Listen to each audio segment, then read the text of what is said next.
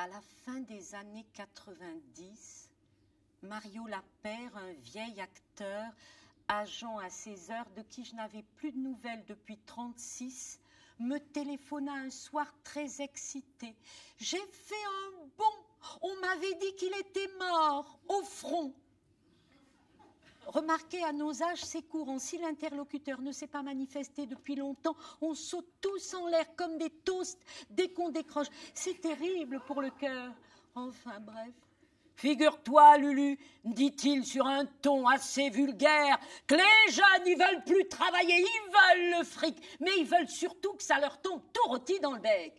Du coup, j'ai eu l'idée de proposer mes services à ce fameux parc d'attractions français que tout le monde connaît pour remplacer ces petits cons par un casting plus âgé, certes, mais moins cher et bien plus performant, car bien content de bosser et à l'ancienne en plus. Alors déjà, là, j'aurais dû raccrocher. Ça sentait le coup foireux, son histoire.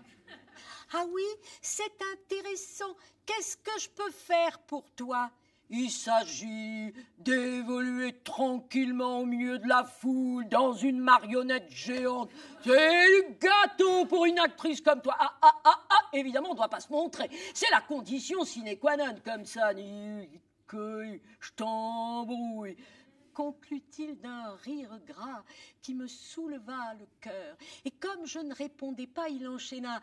Tu verras, on est une bonne équipe, on répète depuis hier. Tiens, d'ailleurs, je crois que tu connais tout le monde.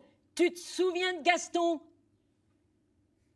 Gaston, qui était si beau mais pas très bon. Eh bien, c'est notre doyen maintenant. Figure-toi qu'on l'a accroché en haut de la grille d'entrée dans un gros cochon.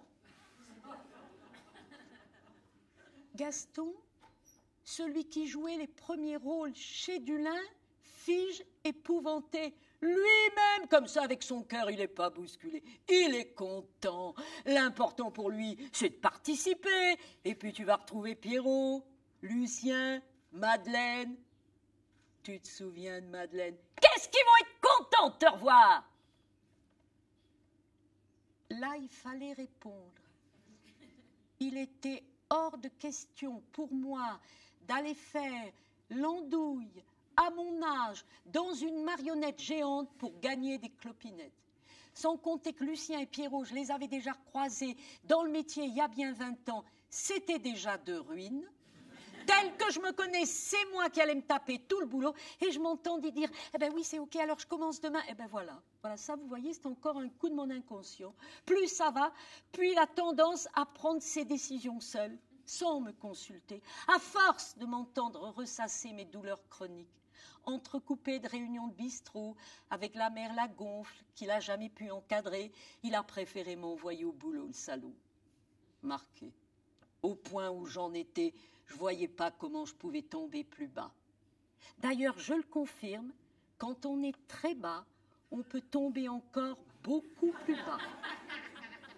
Je fus convoquée le lendemain matin à l'entrepôt des marionnettes. Et comme à l'époque, je ne me teignais plus les cheveux, j'arborais un blanc platine très chic, agrémenté d'un faux Chanel, petit col boutonné, escarpin noir, talons carrés, bref, style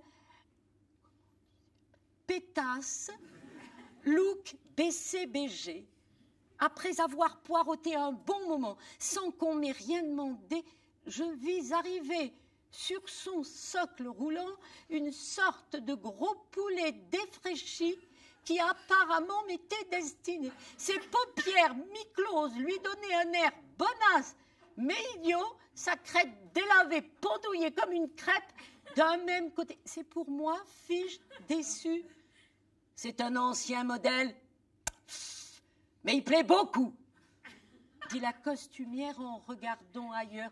Frustrée, j'aurais préféré la souris à l'air malin qui trônait à l'entrée. C'est étrange, ça n'aurait jamais dû arriver vu mon âge. Mais l'enfance, tout à coup sollicitée, reprenait ses droits. Et la souris est pour qui, dis-je, au sans humour?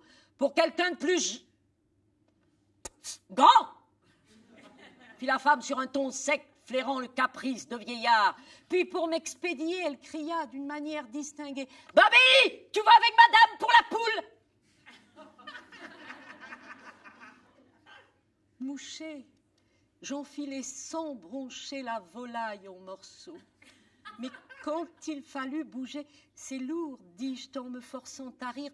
Puis sa cocotte à l'intérieur, ajoutai-je timidement, sans espoir d'être drôle. Vous êtes une actrice comique, me dit le jeune homme avec émotion. Oh, c'est trop cool, parce qu'ici avec les nouveaux, bonjour les embrouilles depuis hier. Flatté, cherchant vite une réplique qui déchire, je tentai sur ma lancée. Et on peut becqueter habillé comme ça? Mais je fis un bide, ce qui m'incita à penser que mes codes de l'humour commençaient à dater. Voilà, tout est dans la tête, m'indiqua le jeune Bobby. Alors, si j'appuyais sur un petit bouton au niveau de la tempe droite, je faisais dire à la bête « Oh, vous êtes génial, vous êtes génial !» Et si j'appuyais sur un petit bouton au niveau de la tempe gauche, la bête de réitérer « Oh, c'est moi, je suis Coco la poule, la belle poule, oh, c'est moi !» Une tristesse m'envahit pour la première fois en pensant à un rôle que n'aurait pas démenti mon professeur de conservatoire qui nous répétait sans arrêt il y a des années. Ne vous cantonnez pas. Faites des choses différentes.